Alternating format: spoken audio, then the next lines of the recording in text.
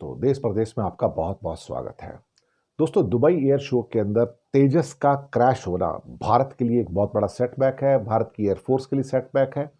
एक किस्म से हमारी जो सस्टेनेबिलिटी और जो ख्याति है उसके ऊपर एक बहुत बड़ा धब्बा लगा है, क्योंकि करीब 20 महीने पहले मार्च महीने की बात थी जब जैसलमेर के अंदर एक ट्राई सर्विसेज एक्सरसाइज चल रही थी और प्रधानमंत्री मोदी के सामने तेजस क्रैश होता है। और अब दुबई एयर शो के अंदर, जो दुनिया का सबसे बड़ा एयर शो है, वहां पर तेजस क्रैश होता है। तो क्या तेजस दूसरा मिग 21 बन गया है? सवाल तो उठेंगे और उठने भी चाहिए कि क्या उसकी जो सिक्योरिटी है या सेफ्टी जो स्टैंडर्ड्स हैं वो कैसे हैं। दूसरा, चाइना को रशिया ने S-500 ऑफर किया है। S-400 ऑलरेडी उसके पास है। भारत S-400 के ऊपर बड़ा गर्व करता है कि ये हमको बचाता है, लेकिन चाइना के पास ऑलरेडी S-400 है। चाइना के पास HQ-9 भी है, HQ-16 भी है, HQ-20 भी है, और अब S-500 भी उसको ऑफर हो गया। मुझे लगता है कि इंडिया के लिए चेतावनी है, क्योंकि इंडिया को भी S-500 रशिया ने ऑफर किया था, लेकिन इंडिया ने एक्सेप्ट नहीं किया। अब चाइना शायद इसको एक्सेप्ट करने जा रहा है। उधर भागवत साहब का एक जहरीला स्टेटमेंट आया कि अगर हिंदू नहीं रहेगा तो दुनिया नहीं रहेगी। उनको लगता है कि भारत एक अमर समाज है और एक अमर सिविलाइजेशन है। बाकी सब आए, चमके और चले गए। हमने सबका उदय और अस्त होते देखा है। हम अभी भी हैं और रहेंगे, क्योंकि हमने समाज का बेसिक नेटवर्क बनाया है। मुझे लगता है ये बड़बोलापन और ये जो जहर निकलता है ना, अपने आप को सुपीरियर मानने का, कि मैं सबसे सुपीरियर हूं, ये बेवकूफ़ी है, मूर्खता है, इसके अलावा कुछ नहीं। दिमाग के अंदर ऐसे जो चीज़ें भरी होती है ना, उसके आगे तो मैं अब क्या कह सकता हूँ। मुझे शर्म आती है कहते हुए भी।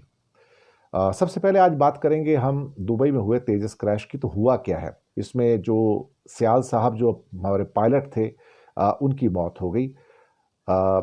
एक्सपर्ट्स कहते हैं कि बैरल रोल मैन्यूवर के दौरान जेट जो था ज़मीन के बहुत करीब हो गया और स्पीड कम होने से दोबारा ऊपर नहीं उठ सका, और यहाँ पर शायद इंजन फेलियर भी हो सकता है। जी हाँ, डेमोस्ट्रेशन फ्लाइट के दौरान तेजस दुबई एयर शो में क्रैश हुआ, उसका बैलेंस बिगड़ गया, और वहाँ से फिर उसके जो पायलट साहब थे उनकी भी मौत हो गई। उनके पास इतना टाइम नहीं था कि वो इजेक्ट कर पाते।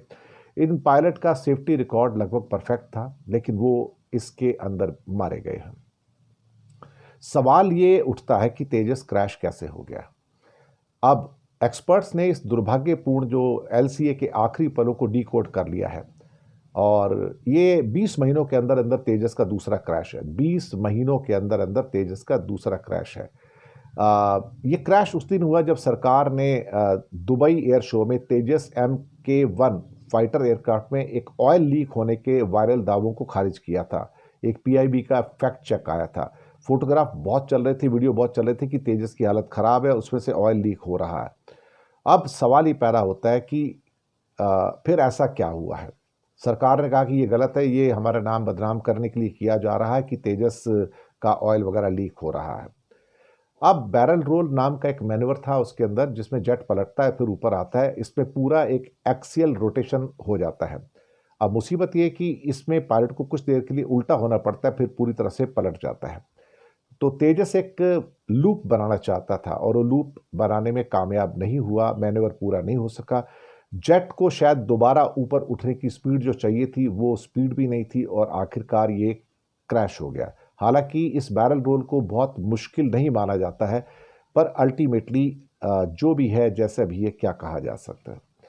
अब रही बात कि पायलट साहब की, तो इसमें मौत हो गई है, और ये दिल दहला देने वाली खबर है। हमने एक बहादुर पायलट को खो दिया। पर कहीं ना कहीं सवाल अब इस एयरक्राफ्ट के ऊपर तो उठ ही रहे हैं, और जहां हम इस बात की कोशिश कर रहे थे कि इस एयरक्राफ्ट बनेगा तो हो सकता है कोई इसके ग्राहक मिल जाए, लेकिन सामने क्रैश होते हुए एयरक्राफ्ट को देख के भला अब इस तेजस को कौन खरीदेगा। 20 महीने के अंदर अंदर दो इंपॉर्टेंट शोज के दौरान, एक जैसलमेर के अंदर प्रधानमंत्री के सामने तेजस उड़ान के दौरान क्रैश होता है मार्च 2024 को, और 20 महीने के अंदर अंदर दुबई एयर शो में जब हजारों लोग इसको देख रहे हैं, ये तब क्रैश होता है।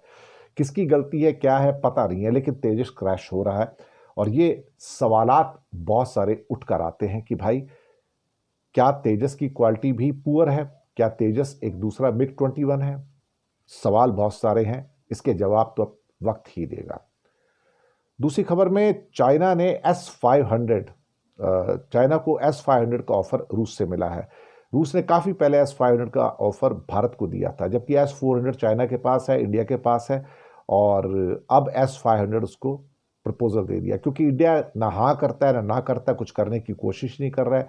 तो इसका मतलब चाइना जल्दी ही S-500 मिसाइल सिस्टम खरीद लेगा और वो उसकी रिवर्स इंजीनियरिंग भी कर लेगा और डीकोड भी कर लेगा, ये पक्की बात है।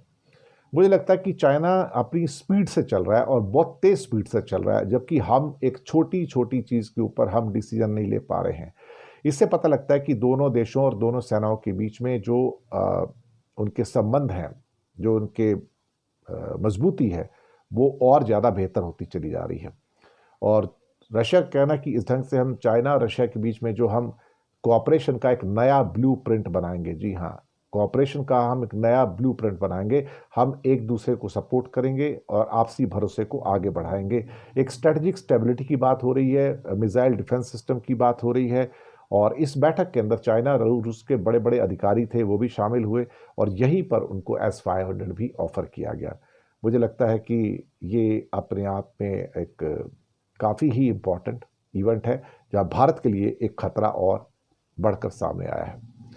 इस बीच आरएसएस के चीफ मोहन भागवत, जो अक्सर अपने कंट्रोवर्शियल और जहरीले बयानों के लिए जाने जाते हैं, अब उन्होंने कहा कि अगर हिंदू नहीं रहेगा तो दुनिया नहीं रहेगी। मुझे लगता है कि बेवकूफ़ी और मूर्खतापूर्ण बातों की एक पराकाष्ठा है, इसके अलावा कुछ नहीं। जब हिंदू नहीं था तब भी तो सभ्यताएं थी, जब कोई दुनिया में धर्म नहीं था तब भी तो सभ्यताएं थी। भारत एक अमर समाज है, भारत एक अमर सभ्यता और सिविलाइजेशन है। बाकी सब आए चले गए, चमके, इनका उदय और अस्त हमने होते देखा है। ये दुनिया को बरगला रहे हैं, एक्चुअली मूर्ख बना रहे हैं। कहते हमने समाज का बेसिक नेटवर्क अलग बनाया है। दरअसल हमारे यहाँ हिंदू सिविलाइजेशन नाम की तो कोई चीज ही नहीं है। हमारे यहाँ तो सिविलाइजेशन आती रहती हैं, जाती रहती हैं। सबसे पुराने जो दुनिया के वासी हैं, जो अंडमान निकोबार में हमारे रहते हैं, जो आदिवासी हैं, वो हमारे पूर्वज हैं, सबसे पुराने पूर्वज हैं। वो तो हिंदू नहीं थे ना भाई। फिर कहते हैं कि हिंदू समाज रहेगा, हिंदू नहीं रहेगा तो दुनिया नहीं रहेगी। ऐसे क्या कहते हैं कि ख्याली पुलाव और मूर्खतापूर्ण विचार भागवत के मन में आते रहते हैं।